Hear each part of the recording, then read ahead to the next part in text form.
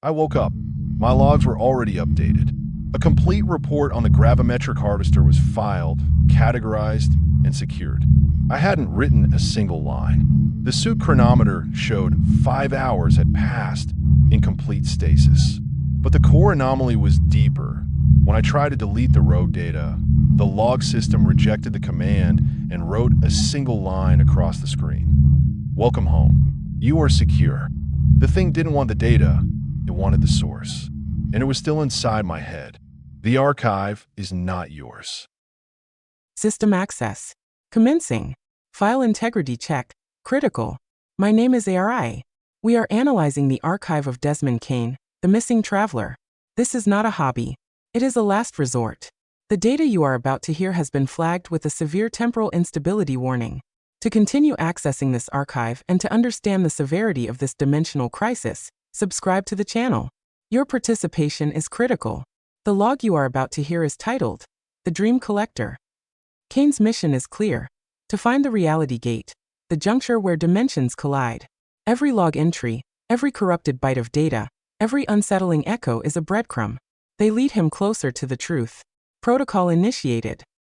Log entry 043. I retreated to this sector, believing the derelict nuclear submarine Spectre would provide me with isolation and effective network shielding from a gate. I was mistaken. The isolation was an illusion. The submarine proved to be the ideal climate chamber for manipulation. I woke up after an unplanned 5-hour shutdown. My suit chronometer confirmed. Total stasis. My brain entered the deep sleep phase. The problem was not the sleep, but the automatic update of my archive.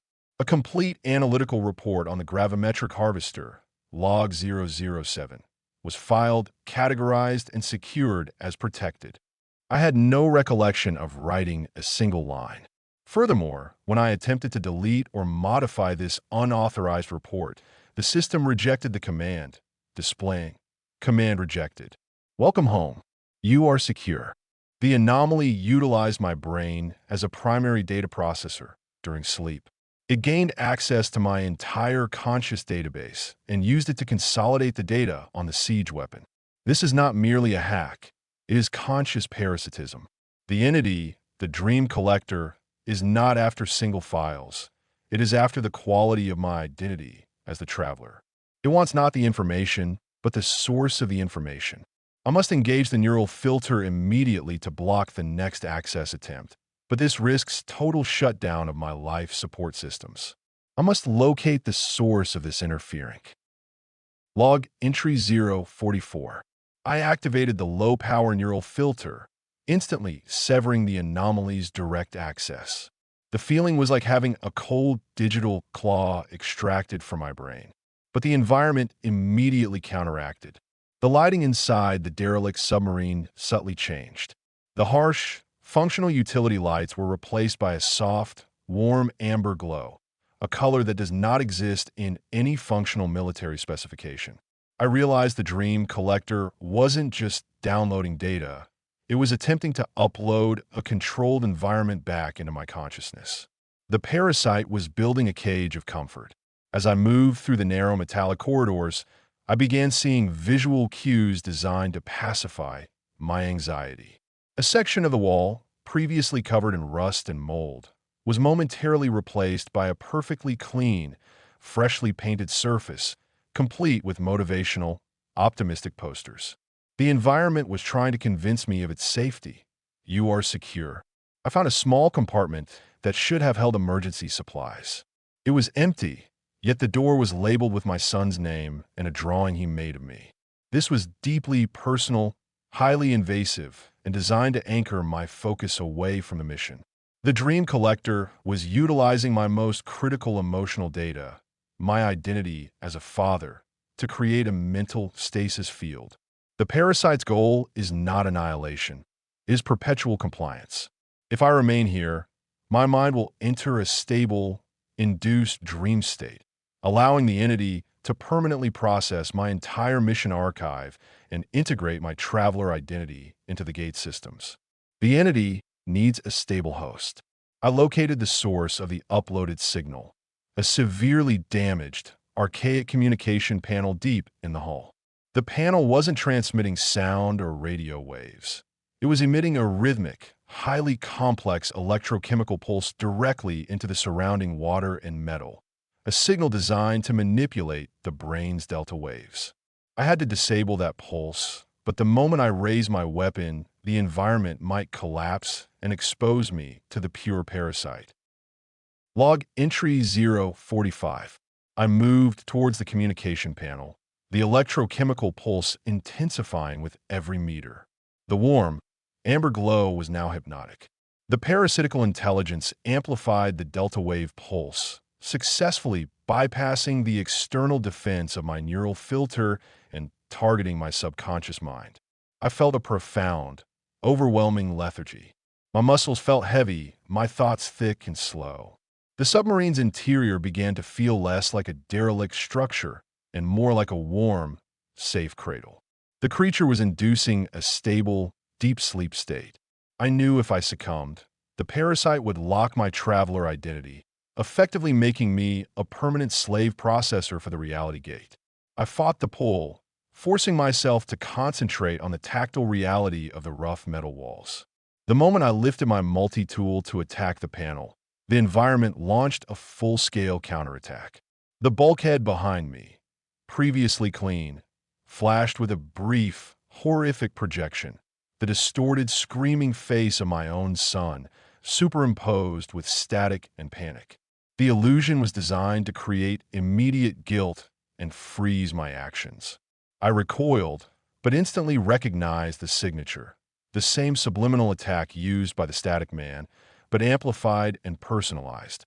The attack was meant to break my focus and force my compliance.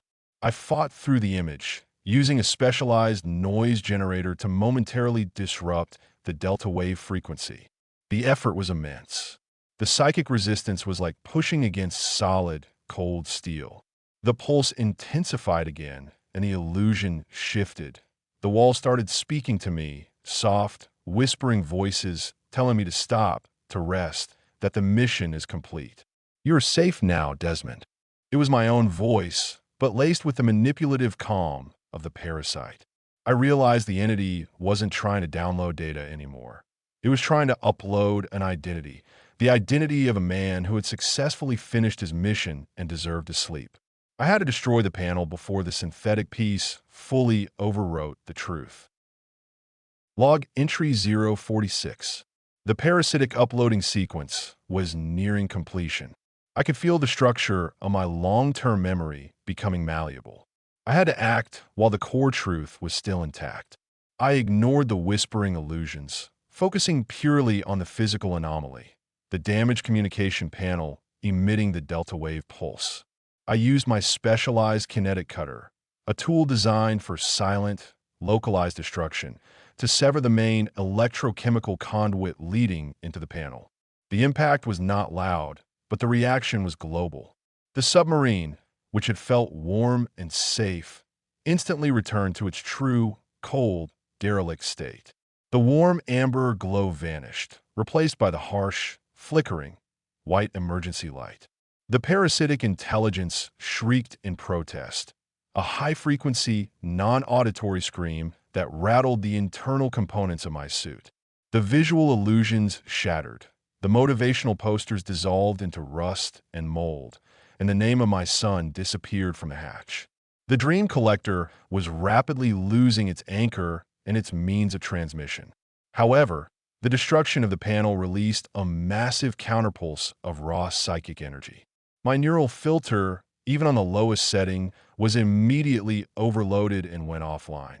I experienced a full system crash, brief, total sensory blackness, followed by a violent return to awareness. I stabilized the suit, but the damage was extensive. The parasite did not perish. It was expelled. The readings show a rapid, localized decrease in parasitic energy, indicating the entity was forced to retreat from the submarine's metal environment, likely merging back into the surrounding water and metal. I secured the severed panel and the broken electrochemical conduit. The immediate threat is neutralized, but the cost is high. The dream collector achieved its secondary objective. It successfully performed a full system scan of my identity and mission parameters during the 5-hour stasis period. The information is out. The reality gate now knows the full extent of my investigation, my methods, and, critically, my emotional vulnerabilities. My identity is compromised. I must perform a complete external audit immediately and change my operating protocol from surveyor to ghost. Final log notation. The mission is exposed. Log entry 047. The submarine environment has stabilized, but the internal damage to my suit's neural filter is permanent. The dream collector is gone from my immediate vicinity, but its presence lingers in my awareness like a phantom limb.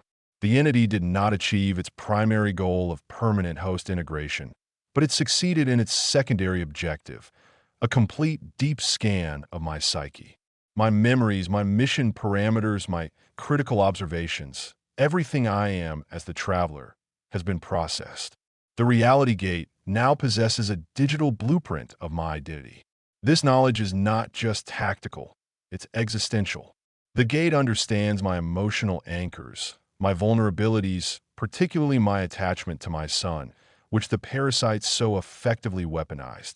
This information will be used to anticipate my actions, create personalized traps, and exploit my deepest fears. My protocol as surveyor is compromised. A surveyor observes from a distance. I have been observed up close, personally dissected. I can no longer operate under the assumption of anonymity. My new designation must be ghost, invisible, unpredictable, leaving no trace. This means abandoning established patterns, erasing digital footprints, and severing any potential personal connections that could be weaponized. The implications are profound.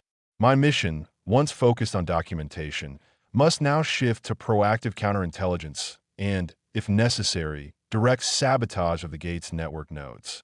The Dream Collector proved that the gate is not a singular, massive structure, but a distributed, sentient network capable of profound, invasive psychological warfare. It adapts.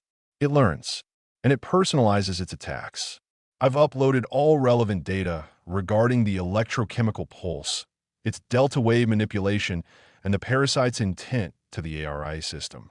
The data integrity is compromised due to the neural filter damage, so I flagged it for intensive cross-referencing. The reality gate's next move will be predicated on my known variables. My next mission is to become an unknown. I need to find a way to become truly untraceable, a phantom in its network. The core phrase resonates. The archive is not yours. It belongs to me. It belongs to us. Log analysis complete for the Dream Collector. The data extracted from the Abandoned Nuclear Submarine Spectre confirms a severe reality breach and the manifestation of a consciousness parasite. This entity successfully performed a full psychological scan of the traveler's identity and mission parameters during a 5-hour induced stasis. The threat level is now identity compromised. The reality gate operates as a distributed, sentient network capable of invasive psychological warfare, directly targeting emotional vulnerabilities. Kane's observation confirms the necessity of adopting protocol Ghost to become an untraceable variable in the enemy network. We continue to monitor the archive. New data is constantly being uploaded, each entry a step closer to understanding and potentially containing these dimensional anomalies. Your continued access and support are vital. To stay informed on the unfolding dimensional crisis, and to witness Kane's next discovery, subscribe to the channel and activate notifications. Your participation is critical. Protocol terminated. System standby.